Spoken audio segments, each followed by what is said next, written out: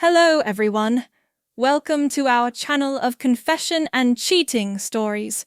Don't forget to subscribe to our channel and enable the bell notification to increase engagement before we move on to our video.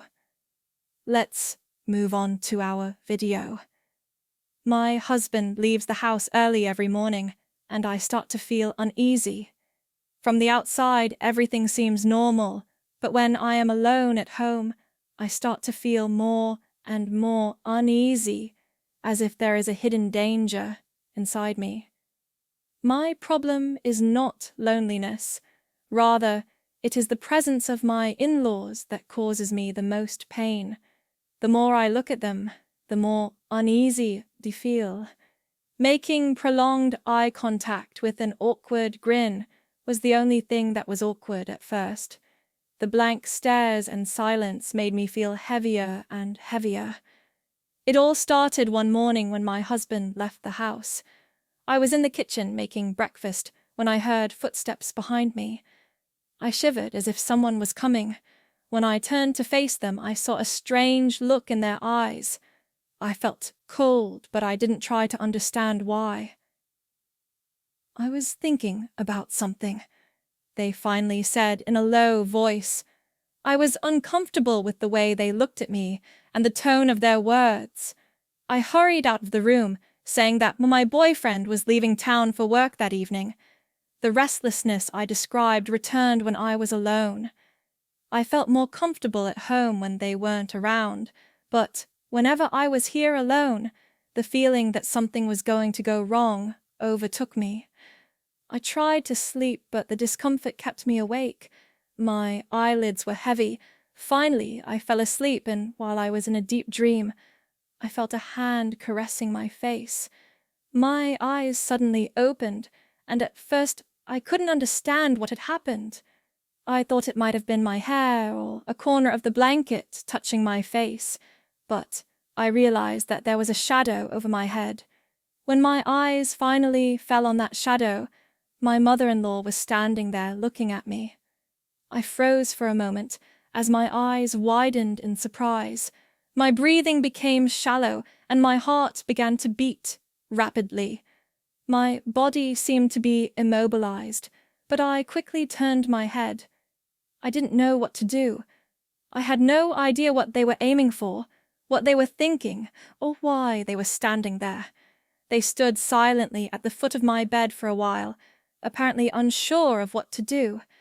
I instinctively pulled the blanket over me to hide the fact that I was awake, but in fact my mind was racing and I was screaming inside. Finally, I heard their footsteps as they quietly closed the door and left the room. Had this really happened, or was it just a nightmare?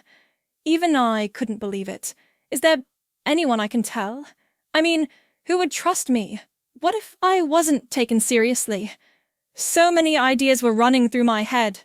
After a few minutes, I tried to get out of bed, but my knees were shaking. The darkness was still foreign to my eyes. After taking a long breath, I secretly closed the door behind me and got out of bed. I knew that an irreversible change had taken place inside me. Unfortunately, I had to accept the fact that I didn't want to live this moment. I started thinking about what I could do in this place when my husband wasn't home. How could I confront my mother-in-law? How could I break the news to my husband? After that night, nothing remained the same.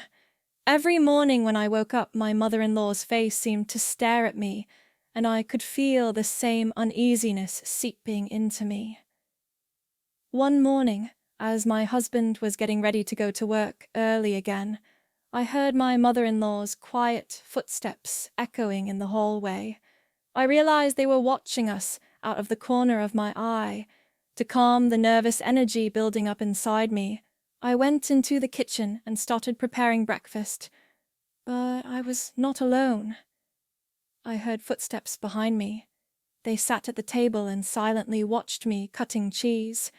My hands were shaking. I paused and took a deep breath. Even though I was facing them, I couldn't stand the pressure of their gaze. Finally, I couldn't take it anymore. With a trembling voice, I turned around and said, "Do you want something?" After staring at me in silence for a while, they broke into a wry grin. Then they asked if I preferred to be alone. "I'm just making breakfast," I said, turning my head away from them. Every moment I was alone with them, the pressure on me increased. When they leaned over me, their breath was close enough to touch my neck. "Don't misunderstand me," they said. They put one hand on my shoulder as if whispering. My back involuntarily flinched. It was as if their hands were sealing my entire universe at that moment. I started to feel cold. I didn't know what to do. I tilted my head towards myself. My voice was so weak that I couldn't even tell if I was heard when I whispered. I waited for them to take their hands off my shoulders. They withdrew and the room fell silent once more. They glanced at me briefly before leaving. I stopped moving when I saw a triumphant expression. I wasn't brave enough at that moment. I just waited for them to leave the room. As the door slowly closed, I asked myself, how am I going to live with this situation from now on? With each passing day, I was getting more and more trapped, and my mother-in-law was getting bolder. In the afternoon, I was sitting quietly in the living room pretending to read a book. My thoughts were elsewhere. I heard footsteps in the distance. I could feel them coming, just like in the previous days. The storm inside me was getting bigger with every step. As I got up from where I was sitting and tried to go to my room, I felt my legs couldn't carry me. My lungs felt tight. All I could do was enter the room. They had the same attitude when I walked in. They looked at me, and the room was so quiet, it was as if everything was silent. They walked towards me and sat down next to me. I didn't know what to do. I was still holding the book tightly in the palm of my hand. "You don't like to be alone, do you?" they said calmly, but with a deeper meaning. I didn't answer.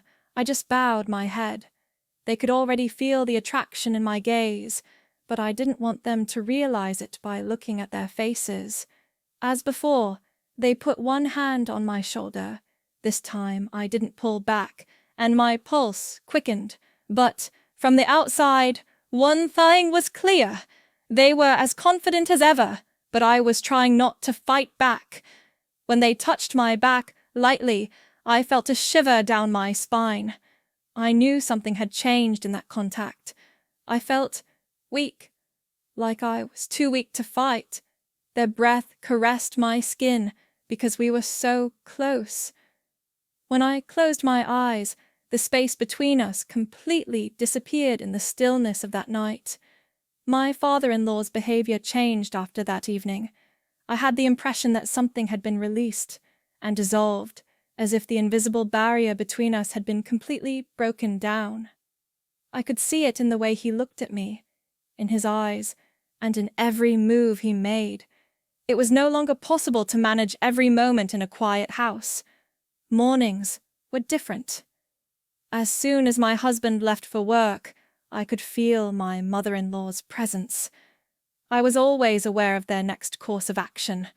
They would walk past me without me noticing, approaching me whenever they could, sometimes with a look I wanted to avoid, sometimes with the slightest touch. They followed these moments relentlessly. One morning, while I was in the kitchen preparing breakfast, I found them on the threshold once again. Without a word, I picked up the knife and continued slicing the bread.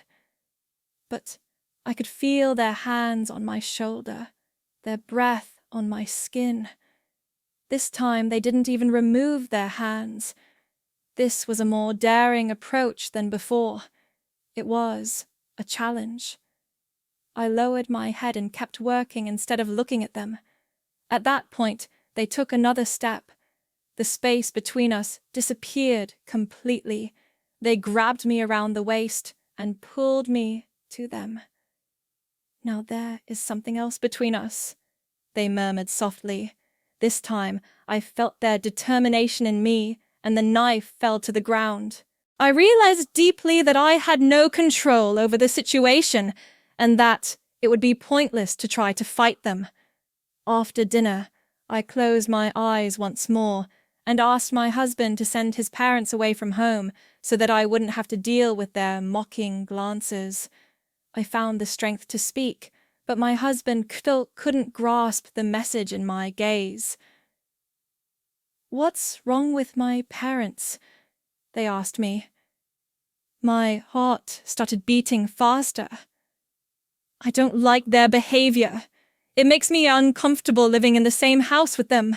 It's very challenging for me," I said, but once again they raised their voices. "No need to make such a big deal.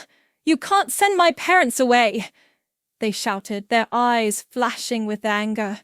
Although my wife listened attentively, it was clear that she did not understand. Every word I said was drowned out by the doubt in his eyes. "It's just a perception, but they got a little too close to you," they replied. As the days passed, I began to accept my mother-in-law's every move instead of fearing it. I had to savor every second more and more. I realized that I couldn't change the situation we were in. My mother-in-law approached me one afternoon when I was home alone and said with a hazy grin, "Why are you pushing me so hard?" "I just can't stand having you around," I said, but my voice was shaking. I was aware that this excited them even more. As they sat silently beside me, I felt a sense of acceptance come over me that they had never experienced before. They said, "I am the only one, and that's the way things will be from now on." From now on, I had to live with the knowledge that my father-in-law could visit me at any time. This is the end of our story of infidelity. Don't forget to subscribe to our channel and activate the bell notification to be notified of our stories before anyone else. See you in our next infidelity story. Goodbye.